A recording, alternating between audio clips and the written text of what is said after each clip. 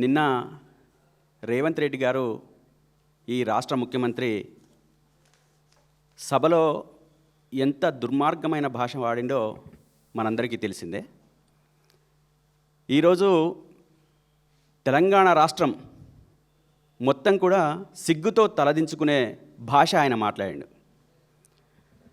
అంటే భాష మాట్లాడము, తిట్లు తిట్టడము అనేది నిజంగా అనుకుంటే ఆయన కంటే బ్రహ్మాండంగా తిట్టగలిగే సత్తా స్థాయి మాకుందని చెప్పేసి ఈ సందర్భంగా తెలియజేస్తున్నాం.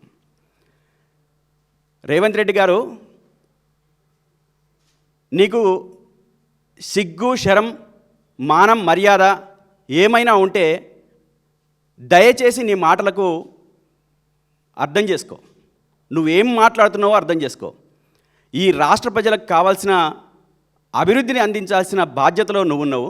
కానీ ప్రతిపక్షపు విమర్శల్ని కూడా నువ్వు సాదాసీదాగా తీసుకునే స్థితిలో లేవని చెప్పేసి నీ ఫ్రస్ట్రేషన్ని బట్టి అర్థమవుతా ఉంది.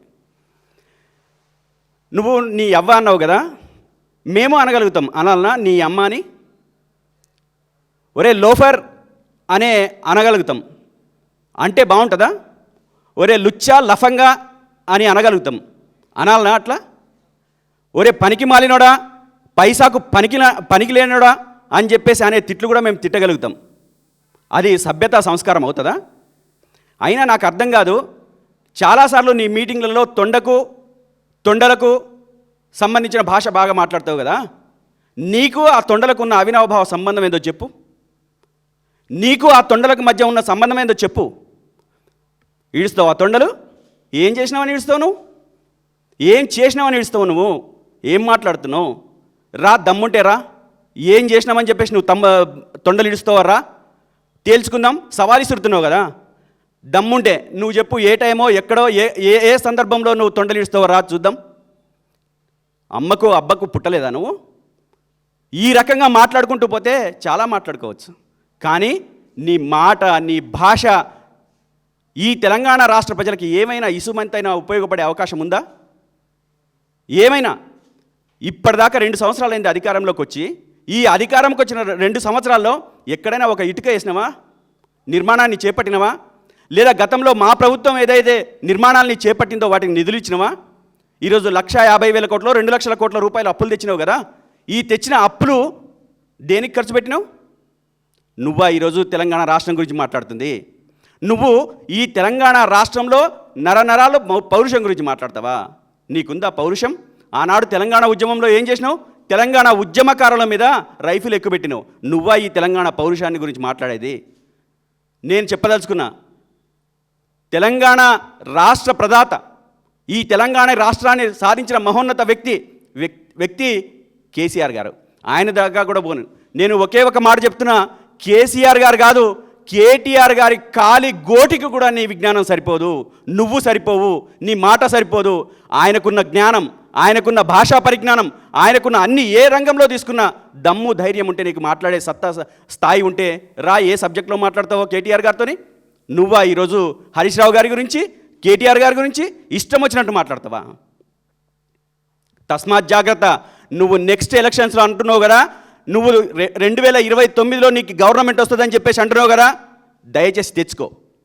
ఒకవేళ మేము గనక అధికారంలోకి వచ్చినామా, నేను చెప్తున్నా కదా, ఖచ్చితంగా నిన్ను తరిమి తరిమి తరిమి ఈ రాష్ట్రం నుంచి పరిగెత్తించకపోతే బీఆర్ఎస్ పార్టీ కాదు. నువ్వు అనుకుంటున్నావు, చాలా తేలిగ్గా తీసుకుంటున్నావు. నువ్వు ఈ తెలంగాణ రాష్ట్రాన్ని సాధించిన ఒక మహోన్నత వ్యక్తి పట్ల ఇష్టం వచ్చినట్టు మాట్లాడతావా? దమ్ముంటే అభివృద్ధి గురించి మాట్లాడు. ఈ రాష్ట్ర అభివృద్ధి ఏ విధంగా జరుగుతుందో మాట్లాడు. దానికోసం సలహా సూచన అడుగు. కానీ అవాకులు చెవాకులు పేలుకుంటూ ఇష్టం వచ్చినట్టు మాట్లాడుకుంటూ ఈరోజు నీ పరిపాలన అంటే కండకావరమా నీకు? ముఖ్యమంత్రి అని చెప్పేసి కండకావరం ఎక్కిందా? రాజ్యాంగం అందరికీ సమాన హక్కులు ఇచ్చింది. నువ్వు ముఖ్యమంత్రి అని చెప్పేసి నీకు కొమ్ములు రాలేదు. కొమ్ములు వచ్చినాయని చెప్పేసి అనుకుంటే ఈ తెలంగాణ ప్రజలు విరిచి అవతల పడేస్తారు. జాగ్రత్త. నువ్వు అనుకుంటున్నావేమో నాకెవరు మాట్లాడలేరు, నాకెవరు ఏం చేయలేరు అని చెప్పేసి అనుకుంటున్నావా? నిన్ను సీరి చింతకేస్తాం తెలుసా? పండబెట్టి తొక్కుతాం అవసరమైతే అనుకుంటున్నావు నువ్వు. అంటే తెలంగాణ ప్రజల్ని ఆంధ్ర పాలకుల సంకనాకుతూ ఈరోజు తెలంగాణ రాష్ట్ర ప్రయోజనాల్ని దెబ్బతీస్తూ ఇష్టం వచ్చినట్టు మాట్లాడతావా నువ్వు? తస్మాత్ జాగ్రత్త. రేపు రాబోయేది బీఆర్ఎస్ ప్రభుత్వమే. నువ్వు ఎక్కడ ఉంటావో, నువ్వు ఏ రకంగా మాట్లాడతావో, నువ్వు ఏ రకంగా ఈ రాష్ట్రంలో తిరుగుతావో కూడా చూస్తాం రాబోయే రోజులలో. వదిలిపెట్టే ప్రసక్తే లేదు. నీ ప్రతి మాటకు చెల్లింపు ఉంటుంది, నీ ప్రతి చేష్టకు చెల్లింపు ఉంటుంది, నీ ప్రతి దానికి నీకు ఖచ్చితంగా తిరిగిస్తాం. టన్నులు నువ్వు భయం లేదంటున్నావు కదా, ఉడత ఊపులకు భయపడ అంటున్నావు కదా, నీకు భయం అనేది చూపిస్తాం. టన్నులు టన్నులుగా భయం చూపిస్తాం, గుర్తుపెట్టుకో. టన్నులు టన్నులు. ఒక్క మాట చెప్తున్నా, నీ కండకావరాన్ని, నీ గర్వాన్ని, నీ రెడ్డి అనే అహంకారాన్ని మొత్తం పాతాళంలో తొక్కకపోతే బీఆర్ఎస్ పార్టీ కాదు. గుర్తుపెట్టుకో. మా నాయకుల్ని నోరు అదుపెడో పెట్టుకొని మాట్లాడు, అభివృద్ధి గురించి మాట్లాడు, తెలంగాణ ప్రజల శ్రేయస్సు గురించి మాట్లాడు. నీకు ఏ రకంగానే ఆ రకంగా మేము నీకు సలహా సూచనలు ఇవ్వడానికి కానీ, అదేవిధంగా అన్ని రకాలుగా నీకు సహాయ సహకారాలు అందించడం కానీ సిద్ధంగా ఉంటాం. కానీ పిచ్చి పిచ్చి మాటలతోని, పిచ్చి పిచ్చి వాగుడుతోని ఈ రకంగా నువ్వు బజార్లో పడితే నీకంటే బ్రహ్మాండంగా తిట్టడానికి మేము సిద్ధంగా ఉన్నామని చెప్పి తెలియజేస్తూ, ఈ అవకాశం ఇచ్చిన మీ అందరికీ ధన్యవాదాలు తెలియజేస్తూ ముగిస్తున్నాను.